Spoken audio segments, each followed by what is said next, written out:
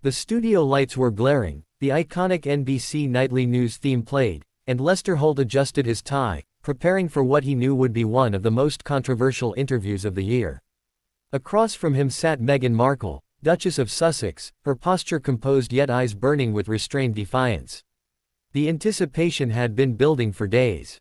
Social media was ablaze with speculation after NBC announced Meghan would appear live for a special segment. Many expected a polite, carefully curated conversation about her charitable work. But Lester Holt was never one to settle for surface-level pleasantries. He had spent decades uncovering truth, holding the powerful accountable, and pressing hard where others tiptoed. The moment the cameras went live, Lester began with a polite smile. "Meghan, thank you for being here tonight. Millions are watching, and they're eager to hear your perspective." "Thank you, Lester," Meghan replied softly, her voice measured, though her hands betrayed tension as she gripped the edge of her chair. The first few minutes went smoothly. They discussed philanthropy, her children, and her recent advocacy work. But Lester pivoted, as many knew he would. His tone sharpened, his questions growing less rehearsed, more investigative. "You've spoken often about seeking privacy," Holt said, leaning forward, "yet at the same time, you've launched documentaries, podcasts, and written a memoir that exposes private details of the royal family. How do you reconcile asking for privacy while profiting from publicity?" The air thickened. Meghan's smile faltered. She leaned back, her eyes narrowing ever so slightly. "Well, Lester, I think people misunderstand. Privacy isn't about silence, it's about choice. I have the right to share my truth when I choose, but I shouldn't be forced into narratives written by the tabloids." The audience at home could feel the tension. Lester did not back down. "But isn't there a contradiction there?" he pressed. "Critics argue you've monetized royal drama while claiming to escape it. Do you believe that's fair to the institution you left, or to the public consuming these stories?" Meghan exhaled sharply. Her carefully controlled calm began to crack. "With respect, Lester, the public doesn't get to decide how I live my life. I married a man I love, I endured things you can't imagine behind palace walls, and if I speak about it, it's because people deserve to know the truth." For a moment, Holt let the silence hang in the studio, the cameras capturing every flicker of tension. Then he delivered the line that would dominate headlines. "Or is it," he said coolly, "because people deserve to buy the truth?" Meghan's eyes widened. The studio audience audibly gasped. The Duchess bristled, her voice rising. "That's offensive. I've given my entire adult life to service and advocacy, and reducing that to a headline about money is not only unfair, it's sexist, it's dismissive, and it's beneath the dignity of this platform." Holt didn't flinch. He folded his hands on the desk. "This platform is about accountability. If you're here to talk about advocacy, then let's talk about that. But if you're here to rewrite history, then the audience deserves to ask, who really benefits?"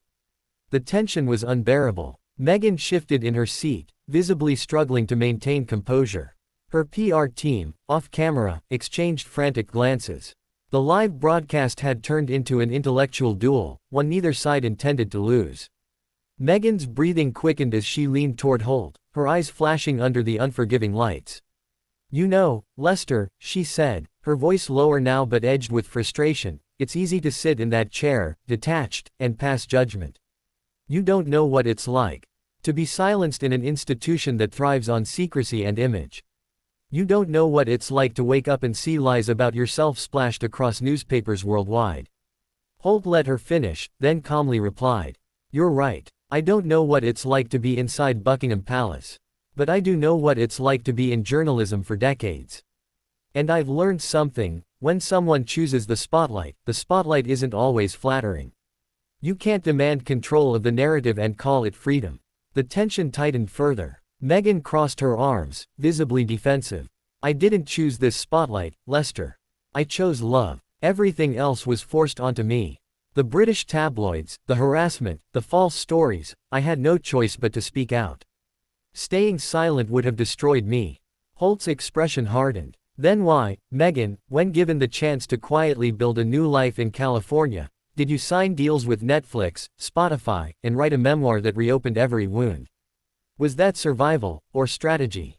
The audience at home sat riveted. Social media lit up instantly with clips of the exchange. Hashtags like hashtag Holt vs Meghan and hashtag NBC Showdown began trending within minutes.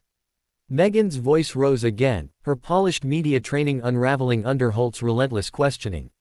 Are you suggesting I shouldn't have a career, Lester? That I should just disappear?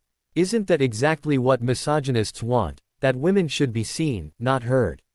Holt didn't take the bait. Instead, he lowered his voice, steady but cutting. I'm suggesting that truth and profit don't always walk hand in hand. And the American people, who you've asked to empathize with you, deserve to know which one you're prioritizing.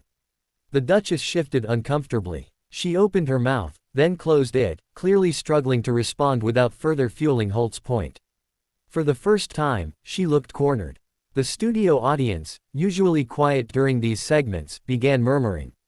Holt glanced at his notes, then delivered one last question, the kind that would replay endlessly on highlight reels. Meghan, history will write its own story about you, no matter what interviews you give or what books you write. So I'll ask you plainly, 10 years from now, do you want to be remembered as a humanitarian, or as a brand? The silence that followed was suffocating. Meghan stared at him, her jaw tight, her hands clasped together so firmly her knuckles whitened.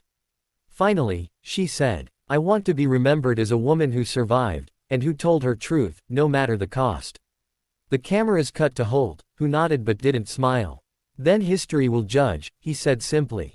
The broadcast ended seconds later. The iconic theme music swelled, but the mood was anything but ordinary.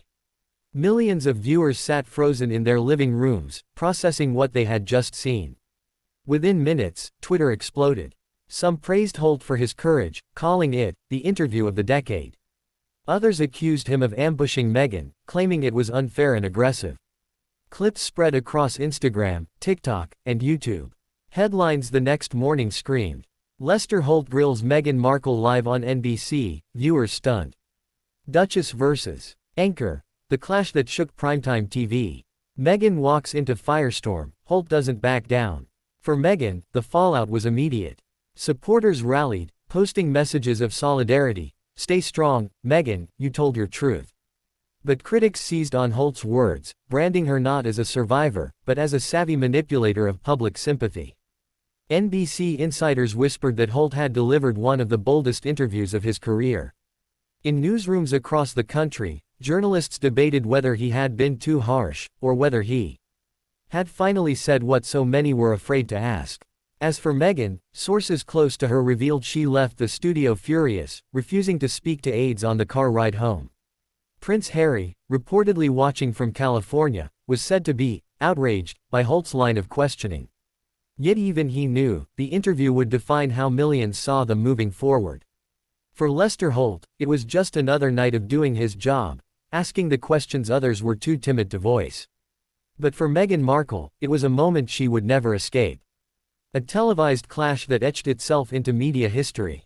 And as the world replayed the footage over and over, one thing became clear. On that stage, beneath those lights, Lester Holt hadn't just interviewed Meghan Markle. He had dismantled her.